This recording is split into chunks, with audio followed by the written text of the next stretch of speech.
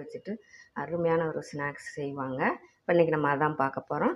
அதுக்கு நான் ஒரு 5 ப்ரெட்டு எடுத்து வச்சுருக்கேன். மைதா மாவு 1 கப்பு எடுத்திருக்கேன், சலிச்சிட்டு எடுத்துக்கோங்க. சீனி 3 ஸ்பூன் எடுத்திருக்கேன். எள்ளு 1 ஸ்பூன், கருப்பு எள்ளு. ஜீரகம் 1/4 ஸ்பூன் அளவுக்கு எடுத்திருக்கேன்.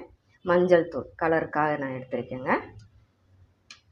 உப்பு போடுறதுக்காக 1 பிஞ்சுக்காக எடுத்திருக்கேன்.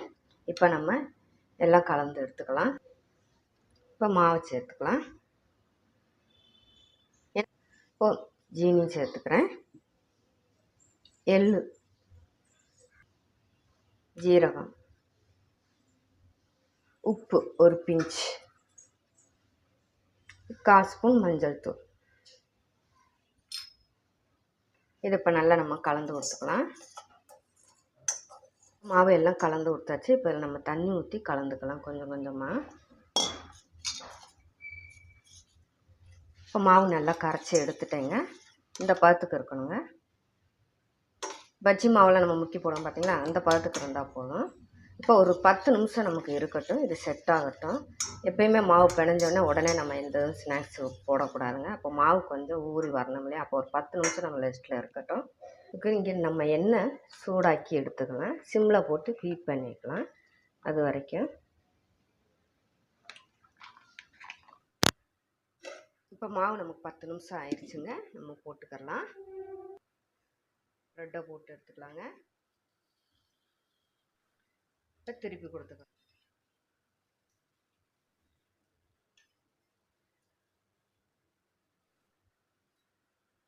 இப்போ எடுத்துக்கலாம். இப்போ சூப்பராக ஒரு அருமையான 4 மணி டீ கூட வச்சு சாப்பிட்ற மாதிரி ஒரு ஸ்நாக்ஸ் ரெடி ஆகிடுச்சுங்க. ஒரு ப்ரெட்டு இருந்தால் போதுங்க, 4 ப்ரெட்டு இருந்தால். இப்போ நம்ம மாவு பஜ்ஜி மாவு ரெடி பண்ணிக்கலாங்க. முட்டை போண்டாவுக்கு 1 கப் கடலை மாவு எடுத்துருக்கேங்க. சலிச்சிட்டு எடுத்துக்கோங்க. நம்ம கடையில் வாங்கினாலுமே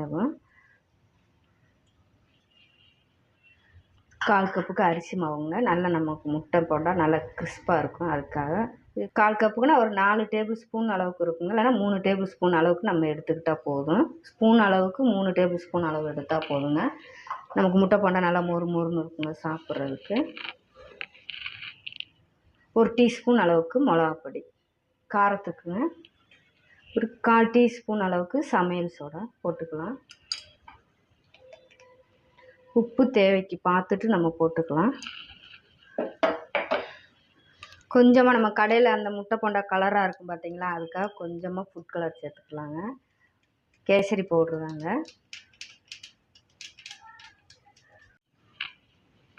இது நல்லா மிக்ஸ் பண்ணி எடுத்துக்கலாம். இது கூடவே கொஞ்சம் சோம்பு பொடி சேர்த்துக்கலாம். கொஞ்சம் நல்லா ஃப்ளேவர் எடுத்து கொடுக்குங்க. நமக்கு முட்டை போண்டா நல்லா டேஸ்ட்டாக இருக்கும். சோம்பு பொடி, பெருஞ்சீரக பொடி தாங்க.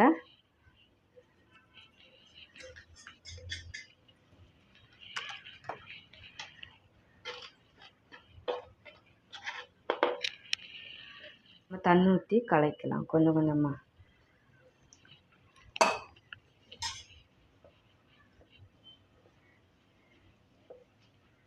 இப்போ மாவு எல்லாம் நம்ம மிக்ஸ் பண்ணி எடுத்தாச்சுங்க. ஊற்றுனா இந்த மாதிரி இருக்கணுங்க. இந்த பதத்துக்கு எடுத்துக்கோங்க. பார்த்தீங்களா, கொஞ்சம் நான் உங்களுக்கு ஊற்றி காட்டுறேன் பார்த்தீங்களா, இந்த அளவுக்கு இருந்தால் போதுங்க நமக்கு முட்டை போண்டாவுக்கு.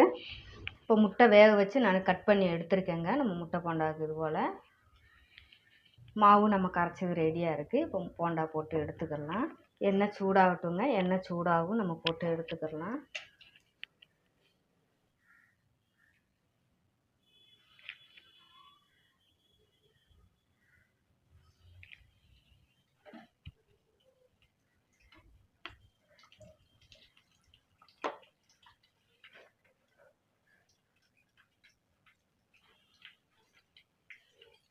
கொஞ்சம் லோ ஃப்ளேம்லேயே வச்சு போட்டுக்கோங்க. அப்போ தான் நமக்கு போண்டா நல்லா மேலே கருகிராமல் நமக்கு முட்டை போண்டா நல்லா கிடைக்குங்க. இப்போ எடுத்துக்கிறலாம்.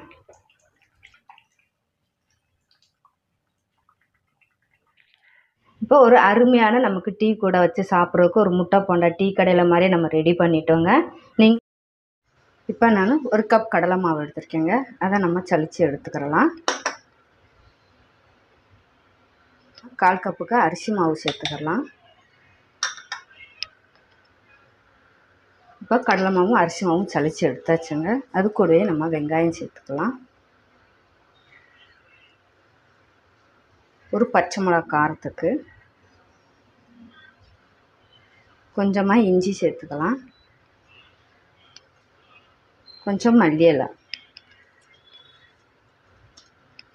அது கூடவே கொஞ்சம் சோம்பு சேர்த்துக்கலாம், உப்பு தேவைக்கு, அது கூட ஒரு 1/4 டீஸ்பூன் அளவுக்கு மிளகாத்தூள் சேர்த்துக்கலாம்,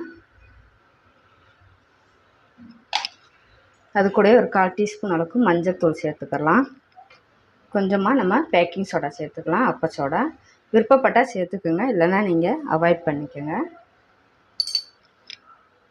இப்போ இதை நம்ம நல்லா கலந்து கொடுத்துக்கிறலாம். இது கூட கொஞ்சம் வெதுவெதுப்பாக எண்ணெய் சேர்த்துக்கிறேன். இதை நல்லா கலந்து கொடுத்துக்கலாம். கொஞ்சமாக தண்ணி ஊற்றி நம்ம போண்டா மாவு பதத்துக்கு எடுத்துக்கிறலாம். இப்போ மாவு நல்லா பிசைஞ்சு எடுத்தாச்சுங்க, போண்டா போட்டுற பதத்துக்கு இருக்குது. கையில் நம்ம தண்ணி தொட்டுட்டு இந்த மாதிரி எடுத்துட்டு நம்ம எவ்வளோ பெருசாக போகணுமோ சிறுசாக போகணும் நம்ம எடுத்து இந்த மாதிரி போட்டுக்கலாங்க. இப்போ நம்ம போண்டா போட்டுக்கலாங்க.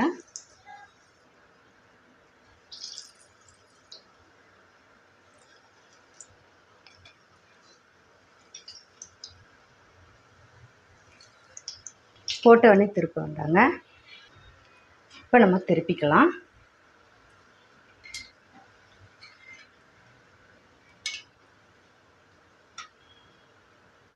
இப்போ எடுத்துக்கலாங்க.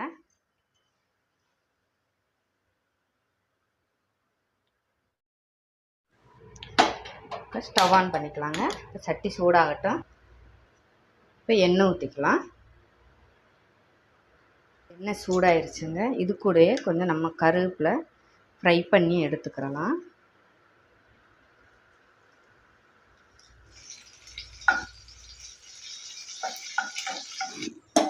போதுங்க. இப்போ இது கூட கொஞ்சமாக பட்டர் சேர்த்துக்கலாம். இது கூட கொஞ்சம் பூண்டு நான் நறுக்கி வச்சுருக்கேங்க, அதையும் சேர்த்துக்கலாம்.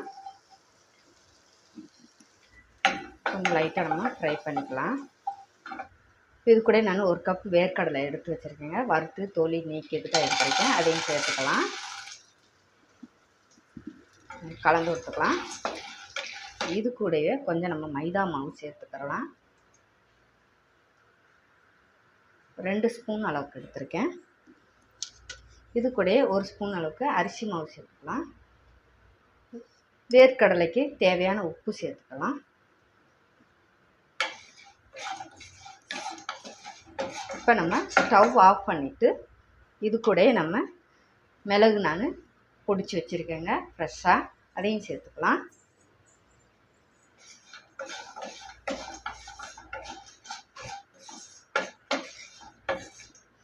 ஸ்டவ் ஆஃப் பண்ணிடுங்க. ஆஃப் பண்ணிவிட்டு நீங்கள் மிளகு பொடி சேர்த்துக்கோங்க. உங்களுக்கு எவ்வளோ காரம் விருப்பமோ அதுக்கு தக்கன நீங்கள் மிளகு சேர்த்துக்கோங்க. குட்டீஸுகளுக்கெலாம் கொடுக்கும்போது கொஞ்சம் கம்மி பண்ணிக்கோங்க. ஸ்டவ் ஆஃப் பண்ணி தான் இருக்குது.